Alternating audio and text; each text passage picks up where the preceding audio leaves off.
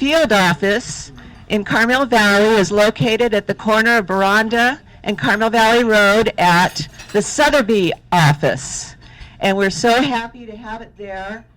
Members of Civic have for a long time supported the community field office. You know, we're out here pretty far in Carmel Valley. Luckily, we're, you know, a half hour from the peninsula, half hour from Salinas. But we have neighbors out there in Kashara, Tasahara, Jamesburg, that are really, really out there in the country, and we're so glad to be able to have the sheriffs help us out here. I wanted to introduce some of our board members that are here today of Civic. Carolyn Stone is our treasurer. Candace Kate, a board member. Matt Shea, board member. Eric Sand, board member. Pinky Terry, board member. And Peter Coakley, who is our founding board member of Carmel Valley Village Improvement Committee. So everybody give Peter a big hand for starting this great group. And did I get Pinky? Yeah. Okay, did I miss anybody? Thanks. We are having elections for new directors at our next meeting, which is in December. And I'm just telling the floor here that if you have any nominations for directors of Civic, to please let me know, and we'll vote on those directors in December. I wanted to say that we're really glad to have you guys here. And what's with the papers?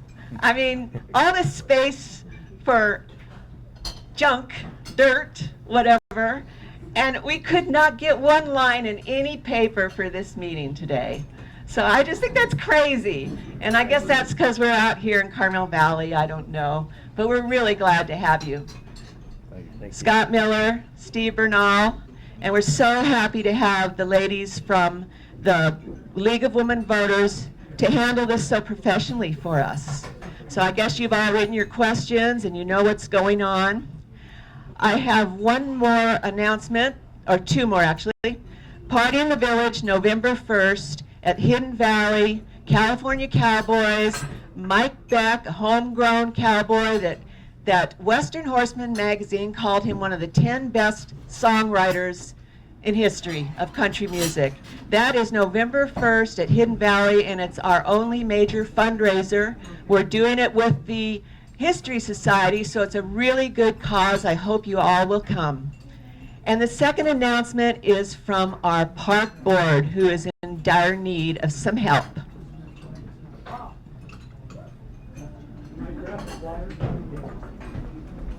So nice day out here, huh?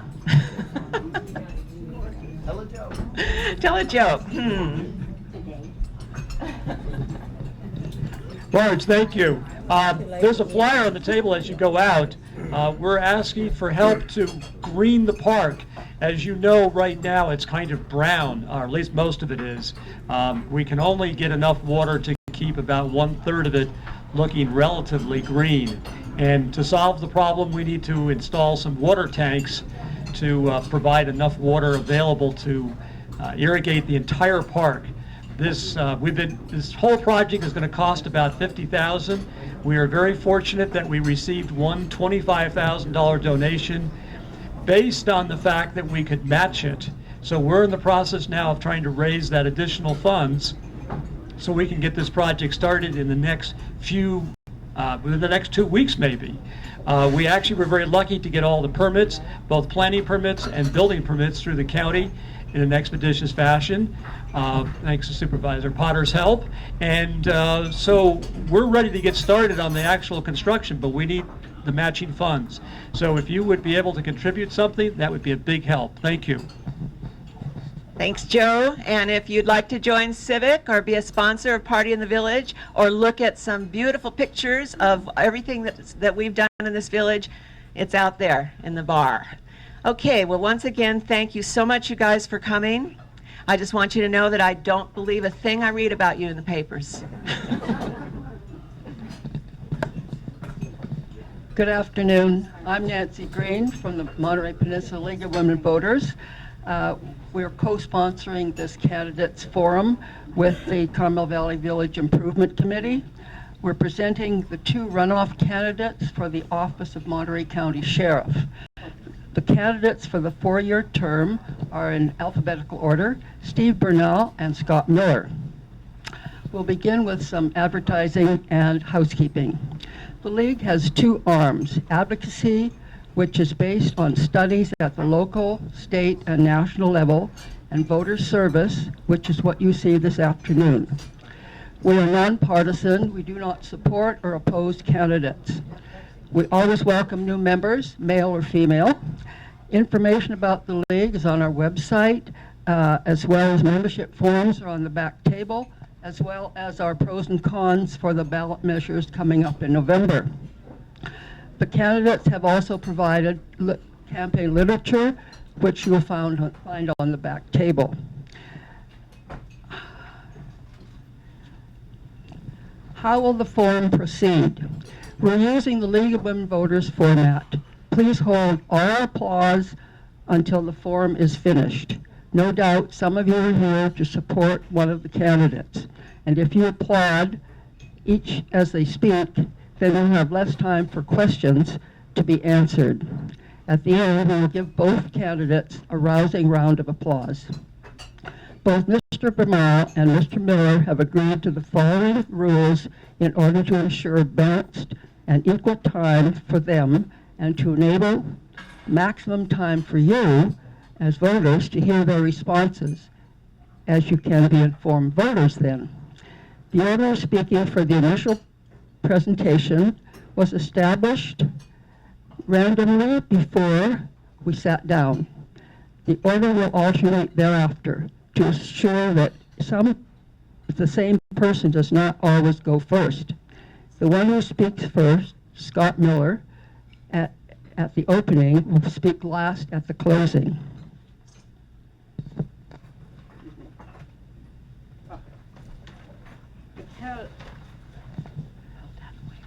Okay, thank you. The candidates will begin with opening statements of no longer than 2 minutes each. I will then pose questions to the candidates from the audience. Candidates will take turns answering first, and each answer will be no longer than 1 minute. Written questions from the audience will be sorted by League members, Janet Brennan and Luana Conley. If you wish to submit a question, write it clearly and legibly, please, on one of the cards provided, and then raise it so that a League member, Carol Erickson, who is here, will pick up the question. The League has provided a timer to assure that responses stay within the time limits. The timer this afternoon is Alice Ann Glenn.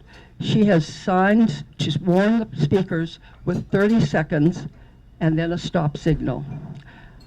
Where is the timer so you can see her? Okay. Candidates, you see the timer? Okay. There you are. About the questions, the sorters group questions into categories of a similar nature and give me a representative one to ask.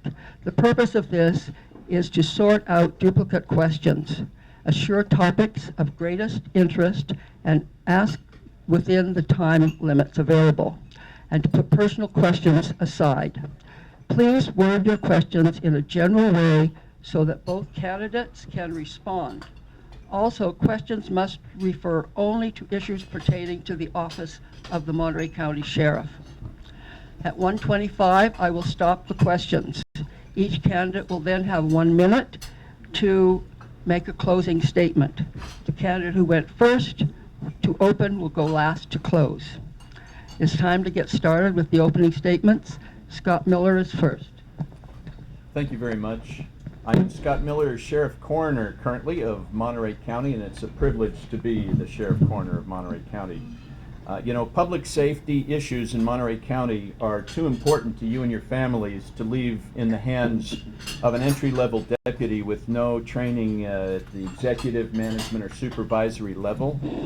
The issues are too staggeringly complex for that to really happen. And it's an anomaly of our system that an entry-level deputy can actually apply to run for sheriff. He wouldn't be a candidate that would be recruited to be a mid-management individual anywhere or a police chief anywhere, but this is the system we currently have.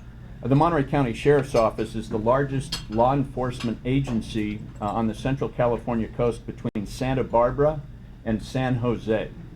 We have a budget annually of $89 million and over 400 employees. This requires executive leadership skills in order to run an organization of this size. I have 18 years of executive experience, including 6 years as a police chief, 4 years as sheriff, and 9 years as a captain with the Salinas Police Department, the second largest law enforcement agency in Monterey County. I've done everything I can to prepare to be the best sheriff possible. I entered law enforcement 38 years ago, and since that time I've done everything I can to prepare, education, training, and experience-wise. With a solid record of accomplishments, there's certainly no reason to change horses in midstream. I provide the stability and the continuity as sheriff to go forward the next 4 years and continue with the accomplishments of the past 4 years. I ask you to look at my materials that are in the back, to look at my resume, my accomplishments, and so forth.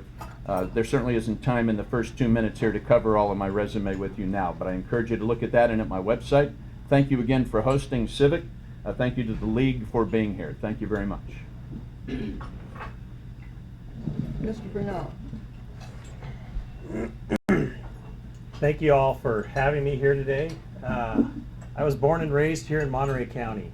My roots run 4 generations deep here. My wife Leslie and I have been married for 25 years, and we have raised 3 wonderful children here. The reason I'm running for sheriff is the sheriff's office is in need of new leadership. Gang violence and drug trafficking are constant problems, and it's not just happening in Salinas, it's happening elsewhere in the county. It's happening on the Monterey Peninsula and right here in Carmel Valley.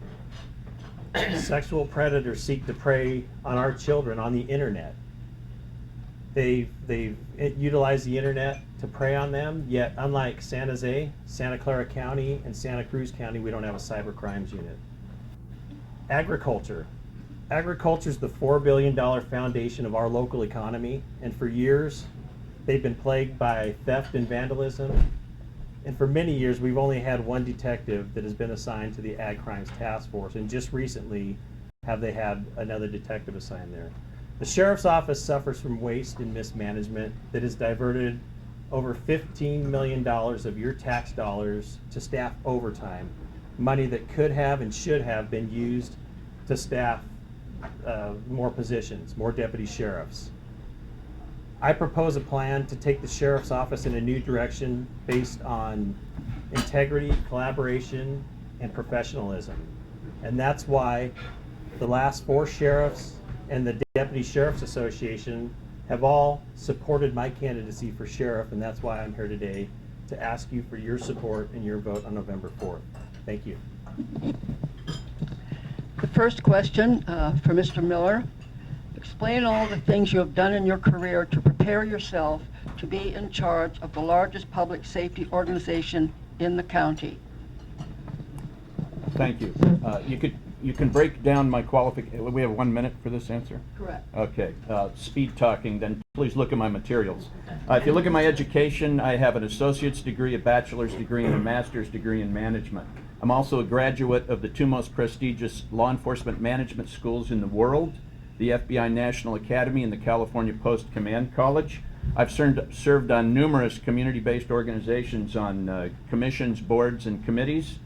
I've served 18 years in an executive capacity. I've received hundreds and hundreds of hours of training in management skills through seminars, workshops, and classes. I've taught at the college level. I've taught at local police academies. I speak Spanish fluently, which I learned and I've polished. So these are some of the qualifications I have to prepare to be the best sheriff I can. But it's the executive level experience that really differentiates myself from my opponent. Deputies just simply can't handle the executive level skills that are necessary to run an organization the size of the Monterey County Sheriff's Office. Thank you, Mr. Miller. Mr. Bernal. I've been a deputy sheriff for 15 years in Monterey County, and there's a difference between leadership and management. There's a reason why the Deputy Sheriff's Association voted unanimously, almost unanimously, the biggest margin I think ever, to endorse me. And that's because they see the leadership qualities in me. The 4 former sheriffs of Monterey County have all endorsed me. I don't think 4 former sheriffs who have done this job would endorse me if they didn't think I had the leadership qualities to do this job. I have been involved in Soul Treasures as a cultural center down in King City. I have worked with youth, and I think youth are the future of our community, and that is the root. We need to get to the root of the gang problem, and reaching our youth is where we need to start. Thank you. Next question. The sheriff is being sued for conditions in the jail. What is the basis of the lawsuit, and what would you do to deal with it? Mr. Bernal. I don't know the particulars of the lawsuit, but I will say that looking at it from my point of view, I would say it's a lack of leadership and a lack of management. We have had 4 chiefs who have been in charge of the jail in the last 3.5 years. You can't effectively manage a jail with 4 chiefs in 3.5 years. I would choose a chief that is here to stay, that has a stake in Monterey County, and is going to deal with the problems in the Monterey County Jail. That's where you start. Mr. Miller. I'm surprised that my opponent hasn't even familiarized himself with the lawsuit, but the lawsuit is based on the mental health issues, overcrowding, and medical issues. And we're dealing with those very vigorously. I've met with the plaintiff attorneys several times in an attempt to settle this thing without spending millions and millions on legal fees. It's debatable whether that will happen. But I've also met with groups of individuals who represent the families of the inmates in the jail in an attempt to come up with solutions for the population in the jail. Also next Tuesday, we're going to be approving a $1.3 million increase to the medical contract with our medical services provider. And we'll also be adding and asking the board for funding for 11 additional deputies to help with medical transport and things within the jail to improve and mitigate the lawsuit that's been filed against the county. And it has nothing to do with mismanagement of the jail. It has to do with those 4 sheriffs that are endorsing my opponent who allowed the jail to go into disrepair, and I'm fixing it now that I've taken over as sheriff. Thank you, Mr. Miller. What is the role of the sheriff in addressing illegal immigrants who are in the criminal justice system? Mr. Miller. Yes, we have a program called Secure Communities that works with Homeland Security, where everyone who's actually booked in the jail is screened through that. And if there are any criminal illegal aliens, Homeland Security comes and picks them up. But we're working also with immigrant groups who represent many of those individuals to determine the types of policies that we have in the jail. We also comply with the Trust Act, which is now the law of the land that was passed at the beginning of last year. And we work closely with our immigration community, those who advocate for immigrants. We realize the importance of the immigrant community and the 2 biggest drivers economically in Monterey County, which are the ag and the hospitality industries, and we realize the vital role that they play. I would also say that we would like to see immigration reform at the national level so that localities are not burdened with making these types of decisions ourselves. Thank you. Mr. Bernal. I'm sorry, can you repeat the question? Yes, the question is, what is the role of the sheriff in addressing illegal immigrants who are in the criminal justice system? Well, I'll agree with the sheriff. We follow the Trust Act, and I believe ICE comes in and they'll take anybody that's been as a wanted felon who is an illegal immigrant. But it comes down to communicating with our community and building that trust with the community is the bottom line. Okay. Next question. What is your position on enforcing existing laws related to marijuana? Mr. Bernal. I personally would like to see federal and state laws get on the same page, but my job as a deputy sheriff is to enforce the laws. And hopefully we have clear-cut laws on marijuana. Mr. Miller? Well, it would be nice if federal and state laws meshed, but it's also nice if you have a working knowledge of the medicinal marijuana statutes in the state of California so that we don't waste our time on minor violations of marijuana law. What we concentrate on is marijuana eradication in places like Carmel Valley, also out in the Los Padres National Forest. This year we harvested in excess of 80,000 plants, working in conjunction with the state of California. If you've seen the helicopters that go over, we recover those fields, and those are largely organized by the narco-terrorist groups coming out of South America, Central America, and Mexico. What's also really critically important is the damage to the environment that these individuals who cultivate marijuana in our national forests do. It's destroying our watersheds, and we have now a focus not only on eradicating criminal organizations who grow marijuana, but also on the ecological damage that stems from that operation. Thank you. Next question. Mr. Miller. Are employees of the Sheriff's Department subject to the Hatch Act? If so, what are the requirements? Yes, employees of the Sheriff's Office are under the provisions of the Hatch Act, and the Hatch Act is a federal law that applies to organizations that receive federal funding in any way, and the Monterey County Sheriff's Office receives a number of sources of federal funding. Mr. Bernal. The question is, are they subject to the Hatch Act? Yes, and if so, what are the requirements?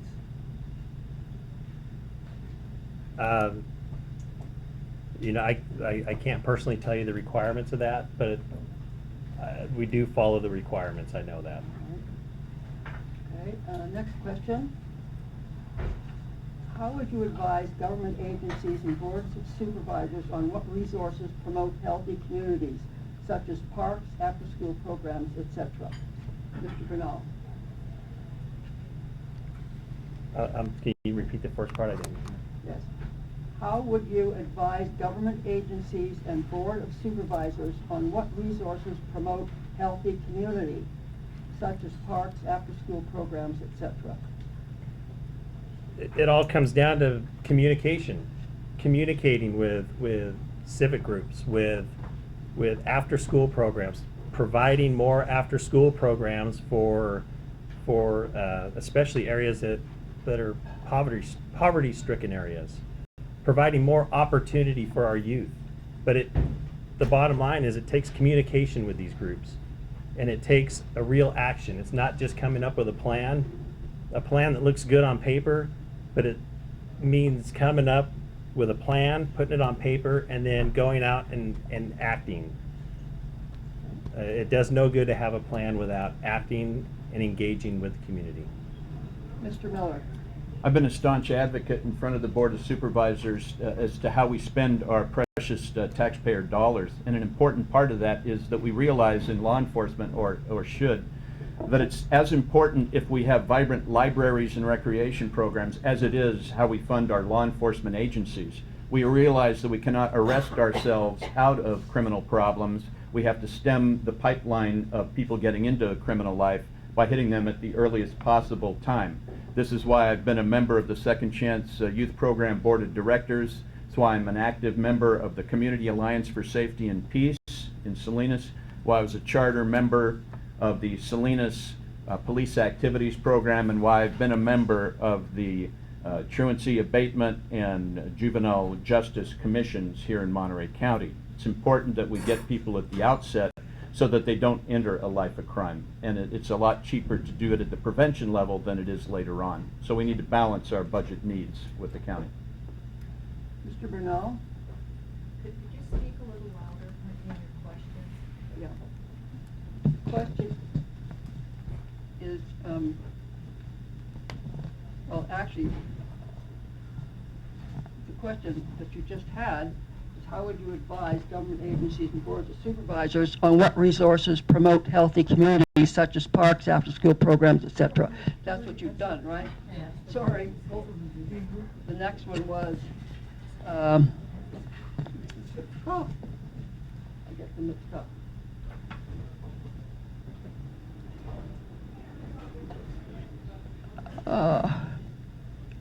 Janet, what was that one? Sorry.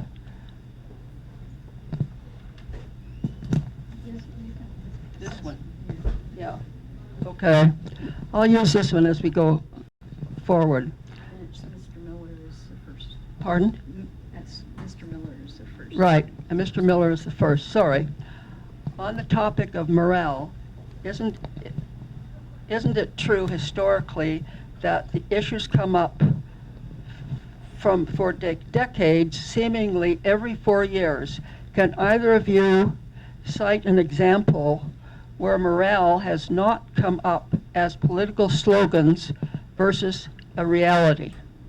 Mr. Miller. No, that's an excellent point. Morale comes up every 4 years. I believe it was one of the issues I ran on 4 years ago when I was the challenger to a 2-term incumbent. What's important in terms of morale is that you try and be as fair and equitable and even-handed as you can as the executive of an organization. You can't promise things you can't deliver. You can't say things that just aren't true.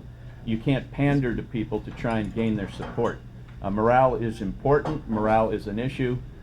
But you certainly can mitigate the effects of morale by making sure that people are properly equipped, properly trained, and properly supervised. In my role as Sheriff of Monterey County, that is my job. You will continue to hear about morale as an issue. Certainly hard to measure. I'm sure that it'll come up 4 years from now as well, regardless of the outcomes of this particular election. Mr. Bernal. That is a great question, I agree, and morale does come up every election, but even more so this election. I wish my opponent would follow the guidelines that he just told you, because he lacks the leadership skills to keep morale high. He's fallen behind on retaining and recruiting candidates. It was only in the past year and a half that we filled all those positions. And the reason morale is low is because staffing's low. Deputies are forced to work hours on end. There was over 200 overtime slots in the Monterey County Jail last month alone. Our deputies are overworked. So the declining morale has to do with the lack of leadership and management of the Sheriff's Department. Okay. Next question. How do you propose the need for more funding for the Sheriff's Department? Mr. Bernal. I think the bigger question is the need to work within our budget wisely. How do we get more bang for your tax dollars? And that's spending within our budget. I believe it was in June the sheriff had to go to the Board of Supervisors to ask for more money. So it's not asking for more money, it's working within your budget. It's working smarter, it's working wisely, and providing good management. Mr. Miller. Question, please? How do you propose the need for more funding for the Sheriff's Department? I'm sorry, how do you propose the Yes. need for more Yeah, funding? I mean, the question is a little confusing. I would think what they meant to say was, how do you propose to provide more funding for the Sheriff's Department? I'll take a swing at that one. We have balanced the budget each of the years I've been in office. My opponent consistently says that overtime has gone crazy. It's not true. Overtime provides the budget between the time you hire deputies and the time that they're actually fully staffing a position in the jail or in operations. Next week, we will be swearing in 13 new deputies as they graduate from the local police academy. We now have 2 vacancies in the sheriff's office out of 420 employees. So we have staffed up the sheriff's office. Using overtime is a technique that you use when you don't have full staffing while you obtain full staffing. We've been able to hire a wonderful squad of folks to work overtime, to work as deputies, and to staff the sheriff's office properly so that you can be safe, both the inmates in the jail and the people on the street and patrol deputies responding to your calls for service. So the other thing is you have to work within the money that's available, and that's why experience matters. Mr. Brunel? I believe that one too. Sorry. Sorry. Is it important that a candidate for sheriff have a certain level of education and experience, or can a sheriff simply surround him or herself with educated and experienced managers to run the department? I'm first on. Yes. No, it's not possible to run the sheriff's office just simply by surrounding yourselves with advisors. The answer every time you're asked a question as sheriff can't be, hold on, I'll go talk to my advisors, and don't worry about it, I'll get you the answer as soon as I can. That doesn't really amount to much in terms of executive leadership. An executive leader is someone who's been trained, who's gone through the progression from being a deputy to a sergeant to a commander to a chief deputy to an undersheriff, and then you're prepared to be a sheriff. My opponent has said any deputy in the sheriff's office could manage to be sheriff. I guess that's true if you're going to ride in parades and ride horses and do things like that. But if you're going to be an executive running an $89 million corporation with 420 employees, you need to have experience at the executive, management, and supervisory level. My opponent is still a deputy. That's the entry-level position. He's never supervised anyone, and that just won't cut it. Mr. Brunel? Former Sheriff Gordon Sonnet hired me in 1999, and he was a fine sheriff. Not everybody agrees with every sheriff that we've had in the past, but I believe he did a fine job. And he was, I guess you'd say, an entry-level deputy when he was elected sheriff. The bottom line is, would 4 former sheriffs endorse my candidacy if I wasn't qualified? Would the Deputy Sheriff's Association endorse my candidacy if I wasn't qualified? What my opponent is trying to say is those former sheriffs didn't manage our sheriff's department correctly, and he's doing it the right way. When, in fact, my opponent has mismanaged the sheriff's department and has not provided a vision or leadership. Thank you. Next question. How do you propose to address high crime rates in Monterey County? Mr. Brunel.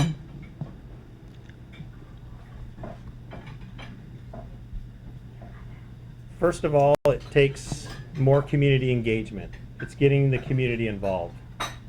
If you look at my 10-year plan on my website, I plan on having programs where I engage the community with volunteer patrols that are supervised by the sheriff's office.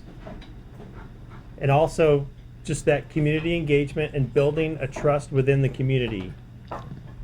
Getting community members to come out when a crime is committed to where they're not afraid to be a witness or report a crime, but building that level of trust with the community is the #1 step. Mr. Miller.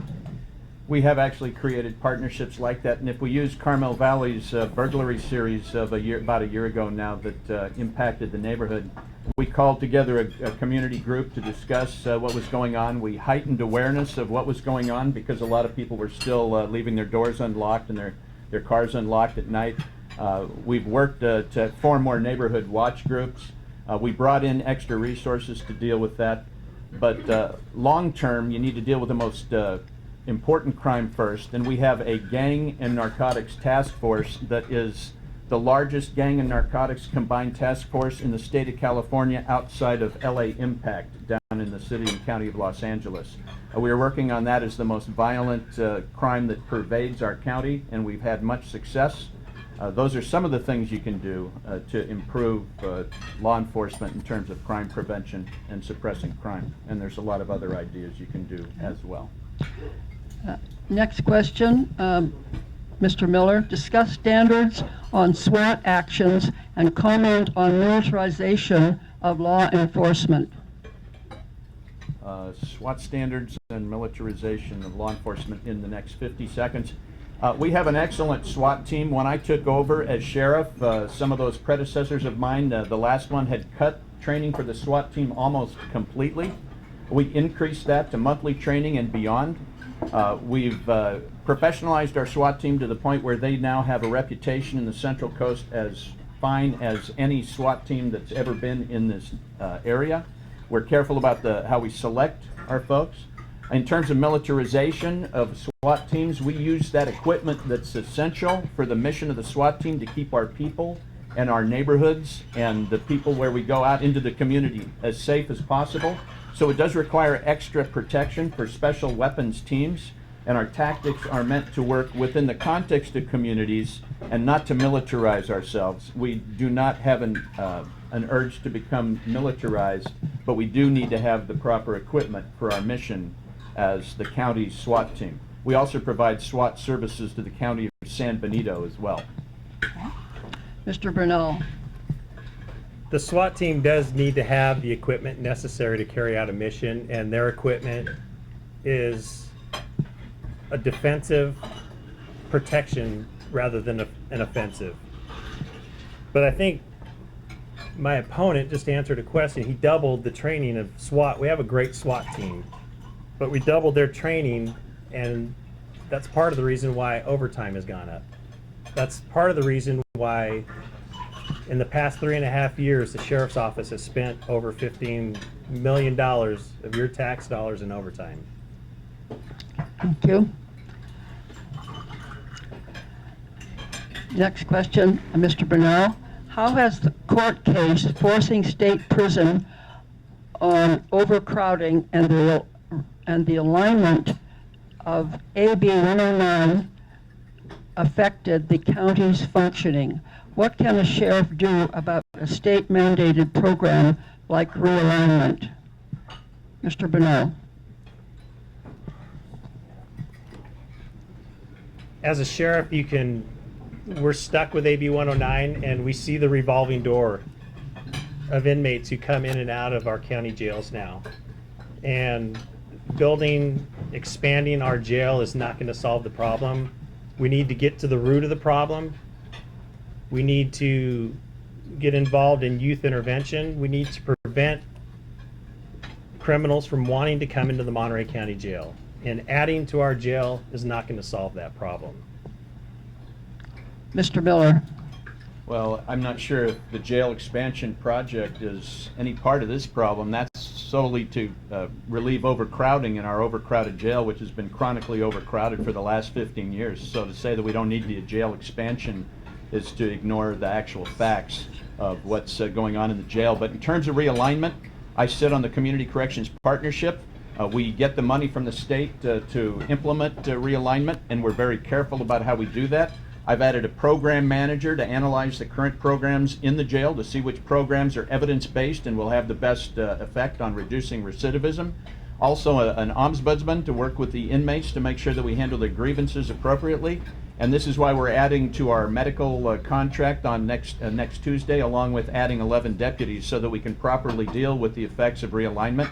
I've spoken with Governor Brown directly and personally for hours on this subject so that we can best learn how to handle realignment, because this is new territory. We're now taking over the responsibilities that the state's had for the last 150 years. Thank you. Mr. Miller, next question. Please. How do you assure implementation from a 10-year plan when the term of office is for 4 years? That's an excellent question, and I actually have an 8-year plan, and it's a moving target. So I have now completed about 4 years of my 8-year plan, and in the next 4 years after my reelection, I will make sure that we finish with the next 4 years of the 8-year plan. But it's good to have plans, it's good to have strategies, it's good to have visions. That's all there for the taking. I would also say that Henry Ford said you cannot build a reputation based on what you are going to do. It's based on your track record, your accomplishments, your qualifications for office. Sitting in a room with a couple of buddies and coming up with a plan and not having the wherewithal to figure out how to pay for that plan or where those bodies would come to implement such a plan, that requires executive leadership. It's easy to sit down with a pencil and write things down on a piece of paper about what you plan to do. What have you done to prepare to be able to do that and execute that plan, whether it's 8 years, 10 years, or 20 years?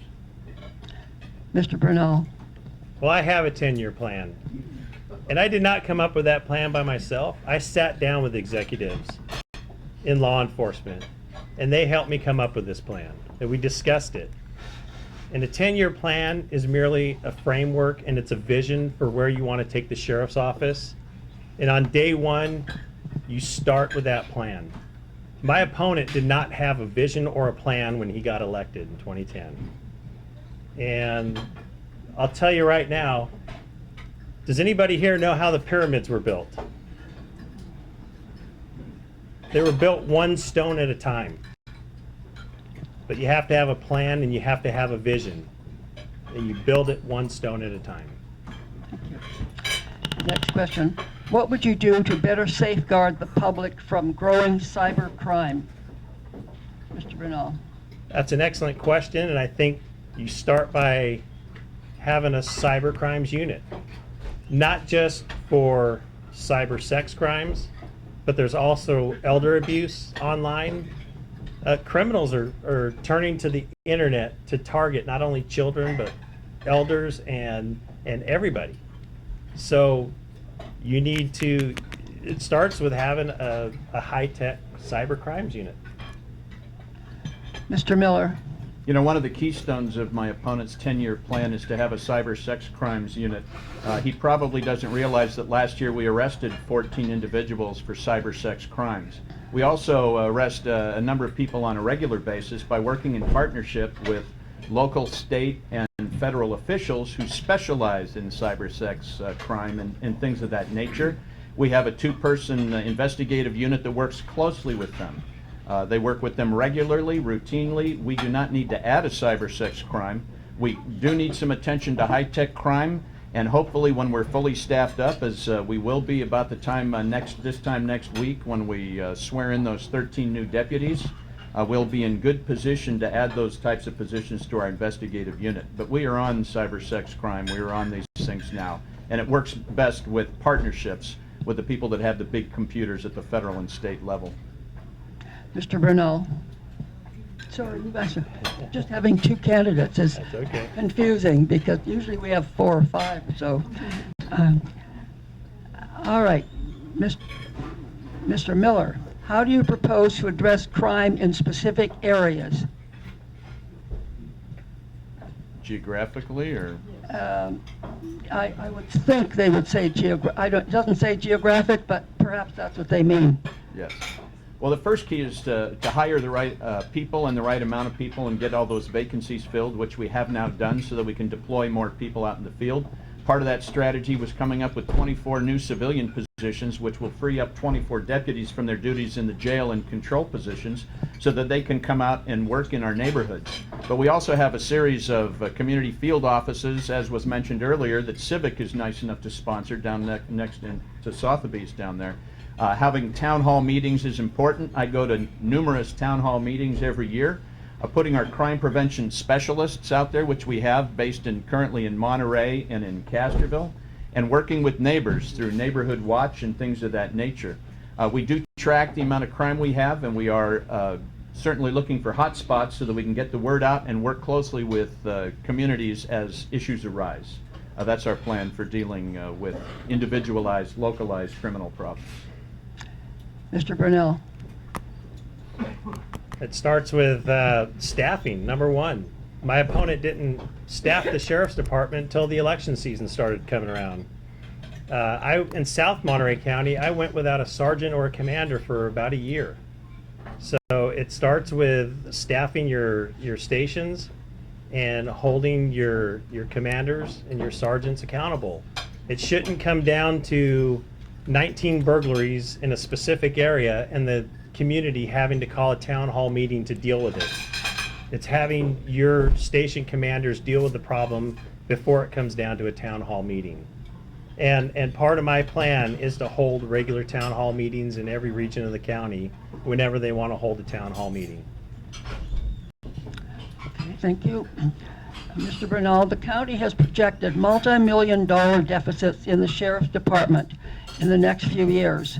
What's causing these deficits, and what would you do to deal with these deficits?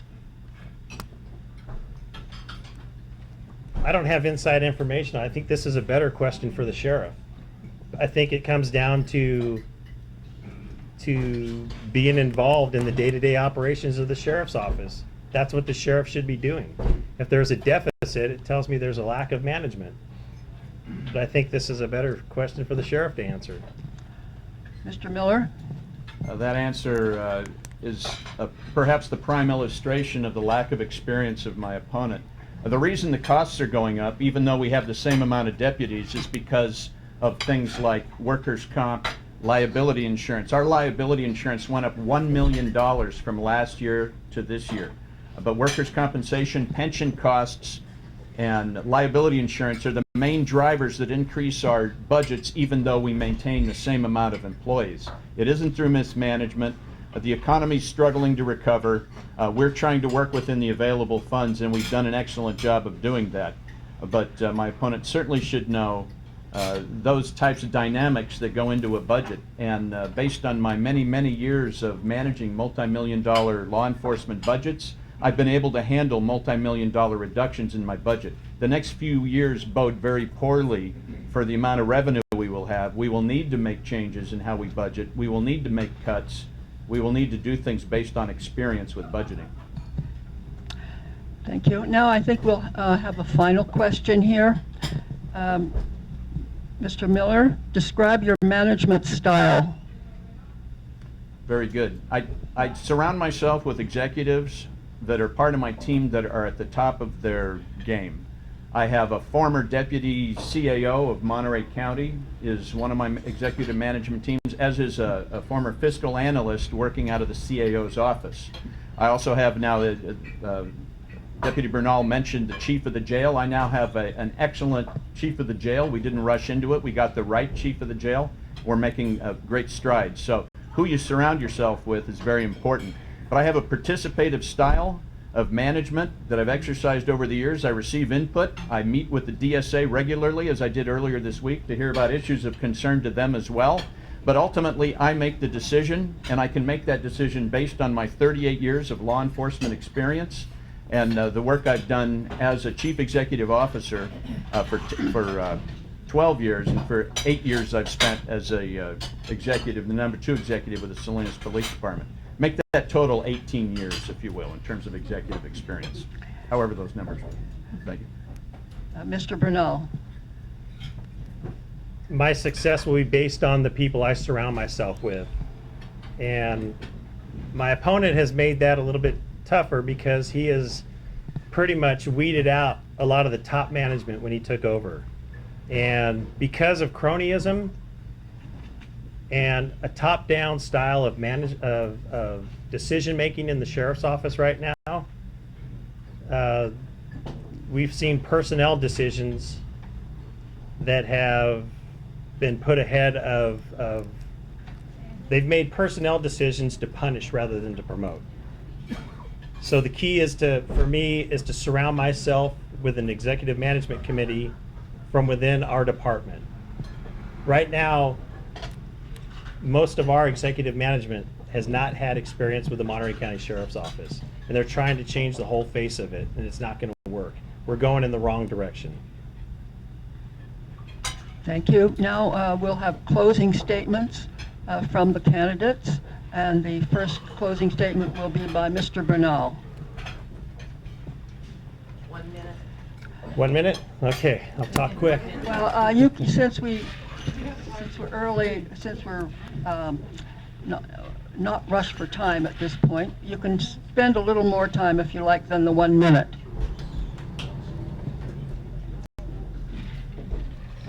How about 3 minutes? Okay.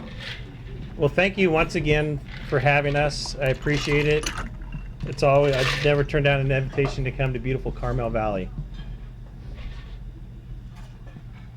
Please consider the Deputy Sheriff's Association endorsement. The past 4 former sheriffs of Monterey County have all supported my candidacy. That makes a statement on if I can do this job or not, if I have the leadership qualities. I believe Mike Cadillac has said it best when honesty and character are what matters in this race. My roots run generations deep here, and I love Monterey County, and I love the Monterey County Sheriff's Office. And I will build a team that will see our 10-year plan through, and we will build on the success of past sheriffs. We need to focus on communities. We need more community engagement. We need more community participation. Staffing. We should never let staffing go below minimums again. My opponent spent the first 2 years ignoring our staffing and weeded out a lot of good quality upper management and deputy sheriffs. Like I said earlier, it shouldn't take 19 burglaries in Carmel Valley for the residents to get upset and call a town hall meeting and ask, what are we going to do about it? As sheriff, I will not let that happen.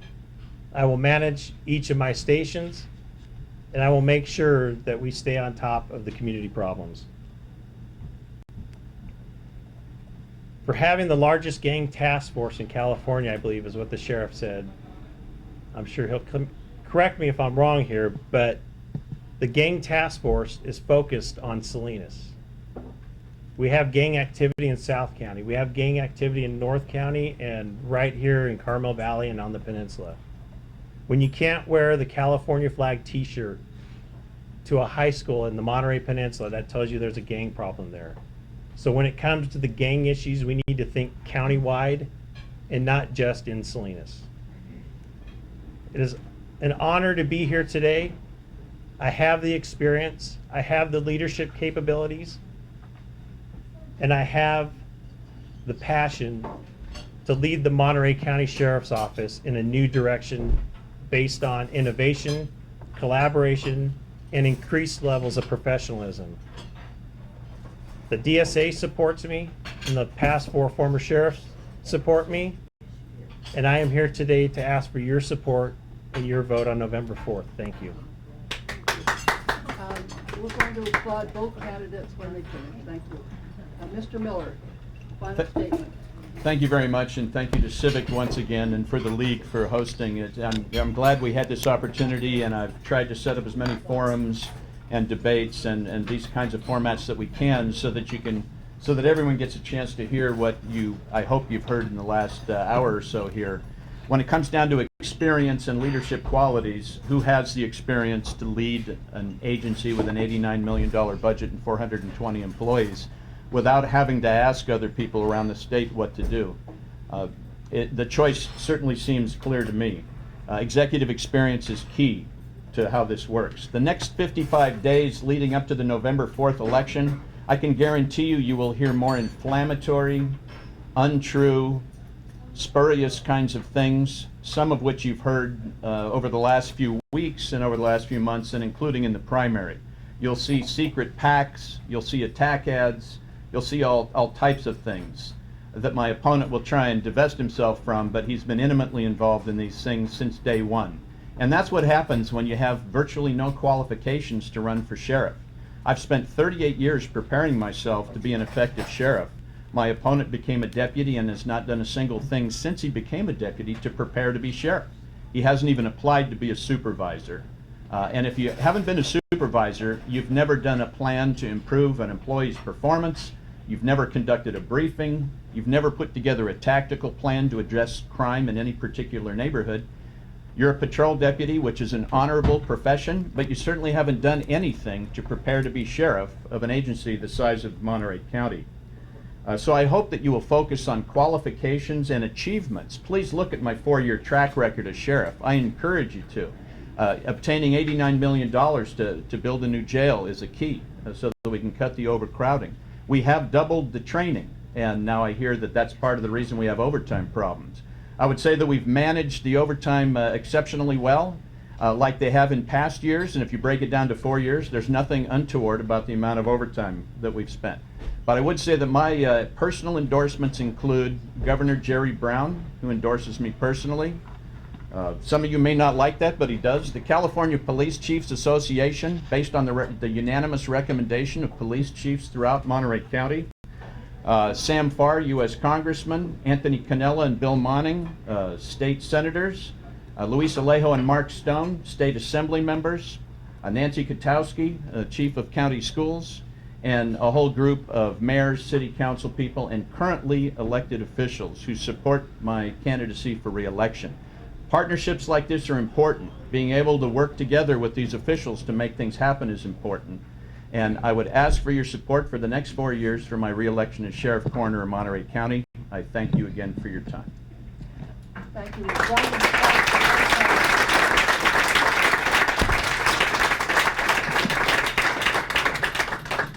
Thank you very much. I'm sorry I got a little confused there. It's a little difficult seeing right here. Thanks.